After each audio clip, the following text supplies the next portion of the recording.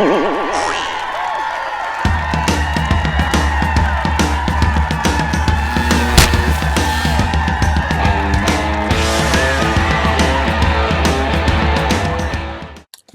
guys, Comic Boom here to review Justice Society #1. I missed this week's comics because I was busy. So I normally join Jace of the Comic Source podcast. We usually do reviews of DC Comics together. I was very busy this week, or I guess at the beginning of this week, and so I never really got around to finding enough time to read all the comics in order to do an adequate review. But I encourage everyone to go check out Jace's review of the comics of the week at the Comic Source podcast. And also, you can always review DC, listen to DC reviews at Weird Science as well. Weird Science DC podcast, and they have a YouTube channel. And in fact, just tonight at 6 p.m. tonight, there's going to be a live stream of Weird Science DC. Jim and Eric will be reviewing the live on our live stream all of DC Comics that came out this week, because it was Annuals Week here at the end of, well, I guess at the end of November. The comic books coming out the week of November 29th, or basically it was DC Annuals Week, but also included Justice Society #1. I wanted to do my own review, and because I'm loving what Geoff Johns is doing. And so we're gonna get right into it here, because I love what Geoff Johns has been doing with all of this. And let's just hop right to it. Now, one of the things that I really liked about Justice Society of America and what Geoff Johns has been doing is that he's just been, you can literally sit in your own corner in the DC universe and just read Geoff Johns related product. That's what I love about it. And it's almost getting that way. It's that way with Sean Gordon Murphy with the Murphyverse. And even Mark Waid, what Mark Waid is doing with World's Finest and leading into the Lazarus Planet. That's what I like, because quite frankly, if DC is going to be, DC's it's kind of convoluted. The Wonder Woman universe is an absolute mess because the editors and the writers don't know what they're doing. It's a convoluted mess. They don't know what they're doing. Batgirls is a mess. There are certain aspects of the DC universe that will remain forever a mess until they get new editors or new creative teams. Because the editorial is so awful at DC, it's extremely important that the writers know what they're doing, because the editors don't catch mistakes. And thank God Geoff Johns needs an editor to maybe organize maybe the scheduling and what have you, but he doesn't need an editor to tell him anything about the characters, because Geoff Johns is like an encyclopedia. Same thing with Mark Waid and what have you.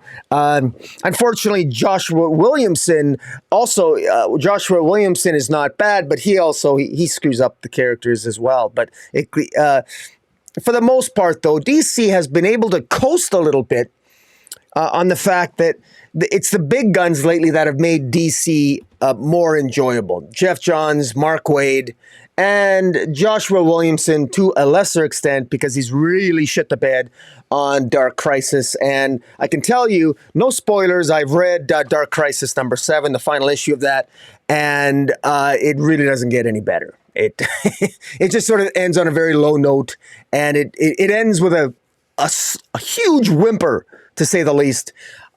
Just a really, really bad sequel to the original Crisis on Infinite Earths. Very, overall, just badly done, and not a very good way to hearken in the legacy heroes of the DC universe. But that's not all Joshua Williams' fault. I should say something in defense here. I want to say something in defense before I get into Justice Society of America. Something about Joshua Williamson is that it's not entirely his fault, because frankly, I strongly believe that had the legacy characters, Wonder Girl, had Wonder Girl been written better, and had the Wonder Woman mythology been handled better, had the post-DC Crisis universe been handled better post-Death Metal, then Dark Crisis maybe would have had more impact, because Dark Crisis, unfortunately, was all about building up the legacy characters.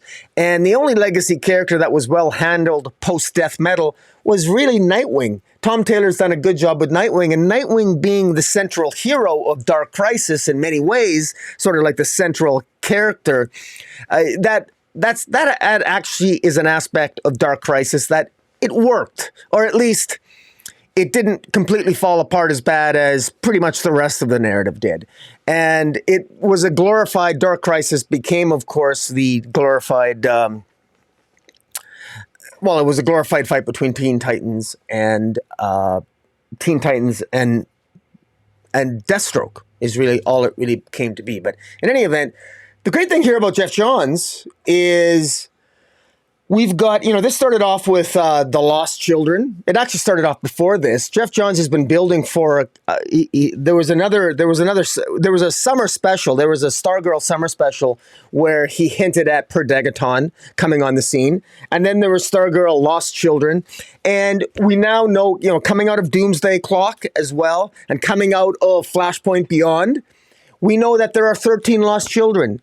We know that the legacy of the Justice Society of America involves many of these heroes having children of their own that are basically unknown. We don't know who they are. But we found out in the New Golden Age, at the end of the New Golden Age, that there are all kinds of other characters in the DC universe that we've never heard of. There's the Aquaman of the Golden Age era. There's Betsy Ross and Molly Pitcher. There's Cherry Bomb. There's the Harlequin's son. There's John Henry Jr. There's the Boom. I like that name for obvious reasons. The Boom. There's Ladybug.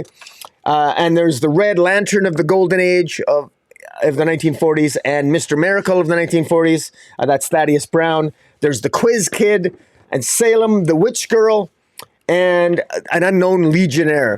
And all of these are all characters that we don't know anything about. They're created, they're brand new. And what's good about it is that we didn't need a crisis for these heroes to come into existence. They arose just because time has, there's been an adjustment. Something has happened. They've been lost in time. And I love the fact that you don't need to read the god-awful Dark Crisis ending in order to, trust me, you don't, in order to really get into it, which is really, really good.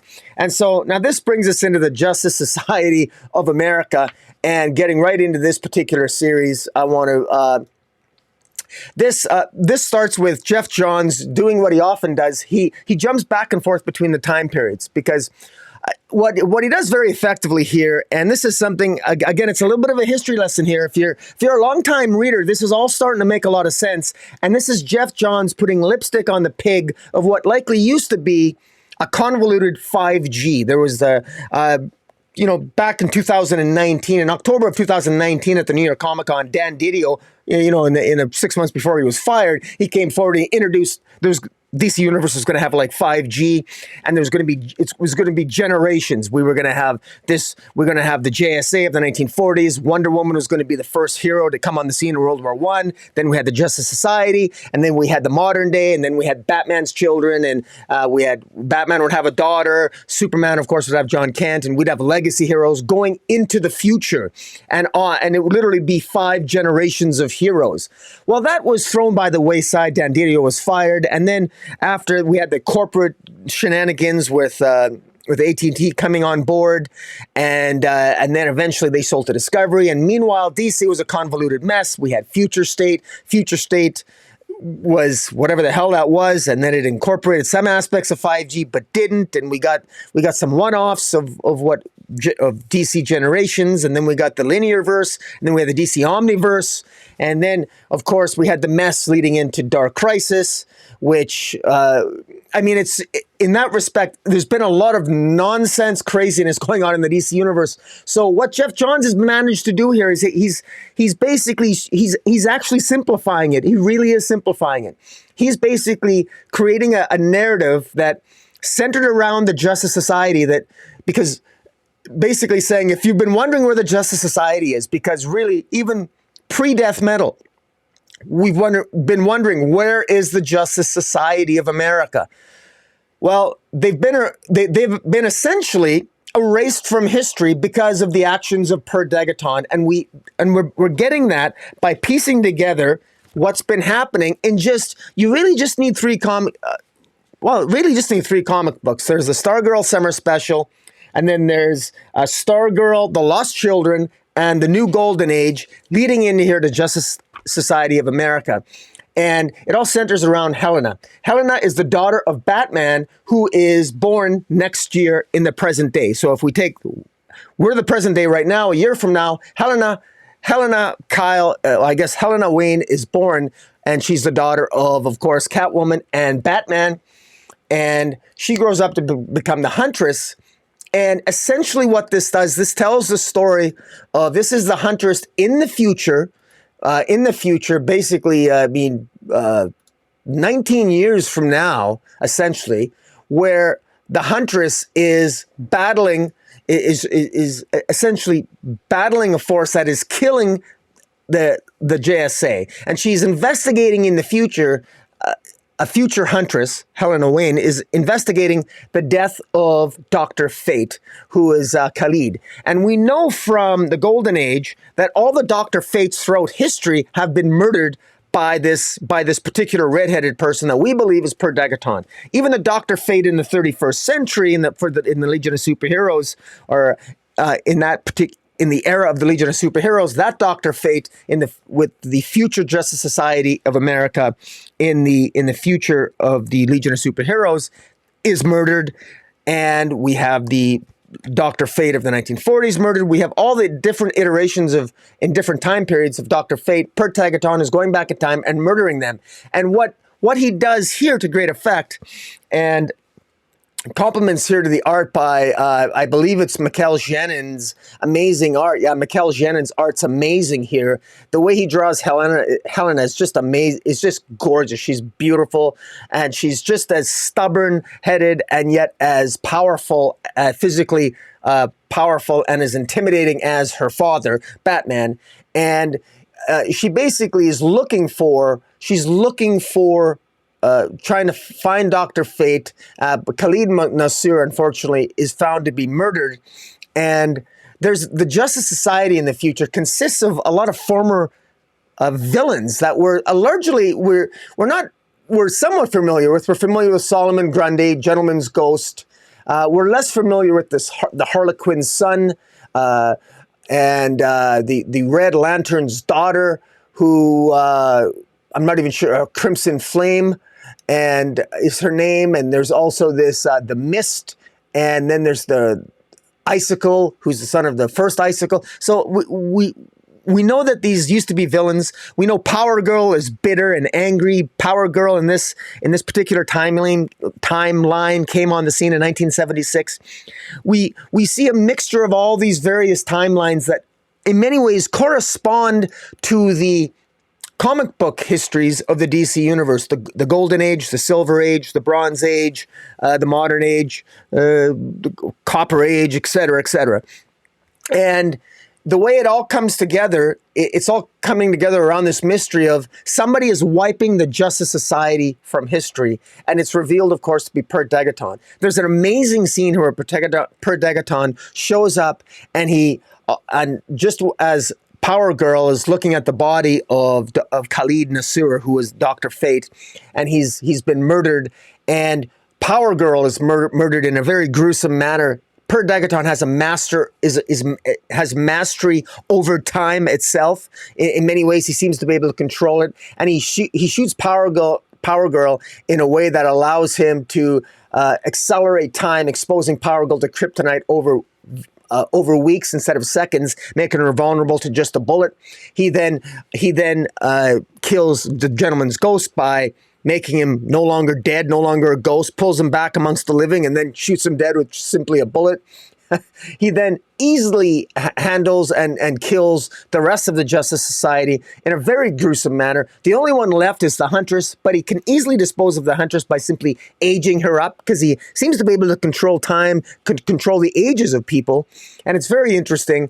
And Huntress, Helena, ends up being saved by her mother, who comes into the scene and throws throws Helena the globe that Batman had in Flashpoint Beyond, and this globe is what within this globe, which is interesting. This globe is within this globe is, I believe, is the Flashpoint universe, which is interesting.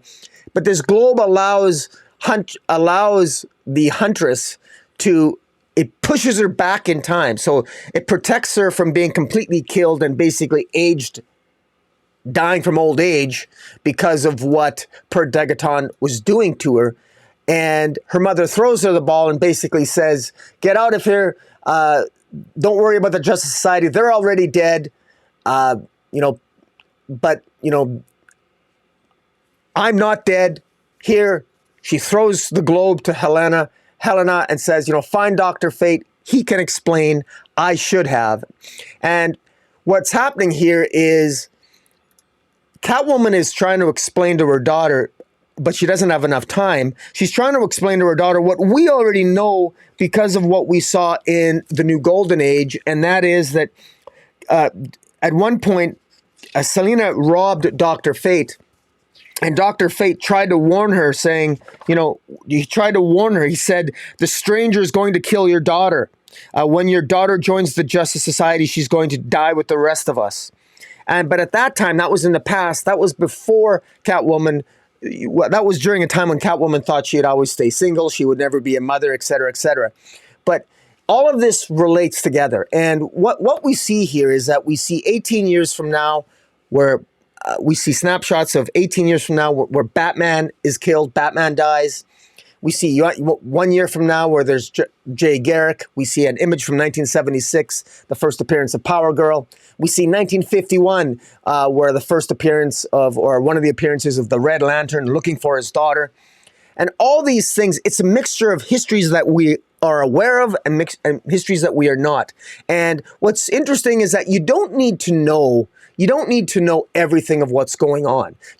All you need to know is that all these histories are coming together, and what they all have in common is the Justice Society of America. But Degaton is a villain who is eliminating them from existence. We know that in Stargirl, The Lost Children, and he shows up in Stargirl, The Lost Children on an island that Dan Dunbar, who is TNT, washes up on, and he ends up being very younger. Degaton is much younger here in the pages of Justice Society than he's ever been before, so he's been made younger himself. And we know in the New Golden Age, Degaton ends up killing many members of the Justice Society at different time periods, including the 31st century in the New Golden Age. And all this is coming together here in a way that is just wonderful. I got to tell you guys, if you're familiar with Doomsday Clock, and if you don't, please pick it up. I got the Absolute Edition of Doomsday Clock. If you're not familiar with Doomsday Clock, pick up. Do yourself a favor and pick up a trade paperback of Doomsday Clock. I'm sure you can get even the regular issues in back issue bins. Pick them up cheap. Pick them up. It's well worth the read. If you read Doomsday Clock, if you read Flashpoint Beyond, and you read the summer special, Stargirl, the summer special, along with Stargirl, The Lost Children, and the New Golden Age, and Justice Society of America. That's all you need to get into this. So if you're a fan, if you're a reader, and let's say you're somebody who's reading Marvel, and you read a lot of stuff, and you hear some things about what's going on in the DC universe, but a lot of what you might be hearing might be a little negative because you've probably been told about Batgirl or the god awful Robin, Tim Drake Robin, or all the Wonder Woman series of the Batgirls. That's all nonsense. That is terrible. That is genuinely terrible stuff. But the DC universe is firing on all cylinders, at least with respect to World's Finest, and in particular with Geoff Johns here, what he's doing with the Justice Society, the story that he's telling, centered around Degaton. This is actually a true, genuine, interesting crisis. This reminds me of just great Justice Society storytelling. It reminds me a little bit, even though the Justice League aren't part of this, it does remind me a little bit of the Justice Society, the classic Justice Society, Justice League team-ups that they used to have. This is so well done. And kudos to Geoff Johns and artist here, Mikel Janín. They do such a great job of combining the new, the old, and hints at the future, and all centered around the Justice Society that this is what happens when your heroes die, when they're erased from history. It has a profound impact on the present and on the future moving forward.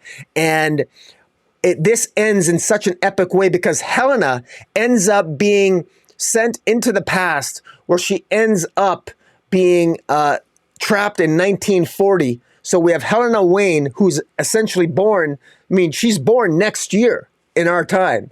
So I guess you could say she's born in 2023.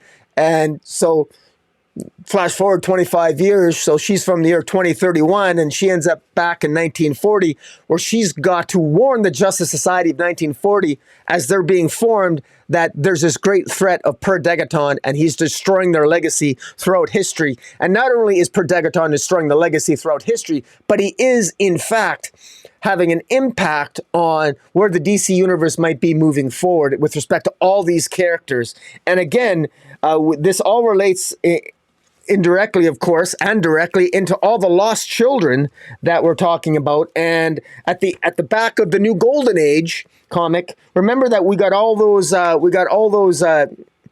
DC Who's Who explanations as to who all these unknown characters were. And most of the information that we need is in there. There's a lot of Easter eggs in there because these are characters that we're not familiar with. And some characters we're familiar with just a little bit, like John Henry Jr. We know him from the New Frontier. Well, we know John Henry from the New Frontier. John Henry Jr. is his son. We also have Ladybug, the Boom. And the most interesting one in my mind is Red Lantern. There's a Red Lantern of the Golden Age, and he ends up having a daughter. And he did a lot of battle with Alan Scott Green Lantern. These are battles. These are actions. These are adventures that we're not familiar with. And so I find it very, very interesting that all this has taken place. And it all took place without us knowing, because this is the forgotten history of the DC Universe, the forgotten history of the Justice Society, because unbeknownst to us, Per Degaton has done all this behind the scenes. And that's what's so fascinating about it, is that Geoff Johns is saying, yeah, but guess what happened? These are all these characters that we're now bringing back because we missed them and they were erased from history, but he's bringing them back. And it's such a better way of doing it than having a ridiculous crisis. Instead of having a crisis, just have a good story. That's what Geoff Johns is doing here. I'm loving it. I'm really enjoying this. He's doing a great job, and I encourage everyone again, guys, pick up, Doomsday Clock. Pick up Doomsday Clock. Pick up Stargirl, the summer special. Pick up Stargirl, the Lost Children. Pick up the new Golden Age, #1, and pick up Justice Society, #1. You won't be disappointed, guys. Check it out. And again, until next time, have a good weekend, and Comic Boom out.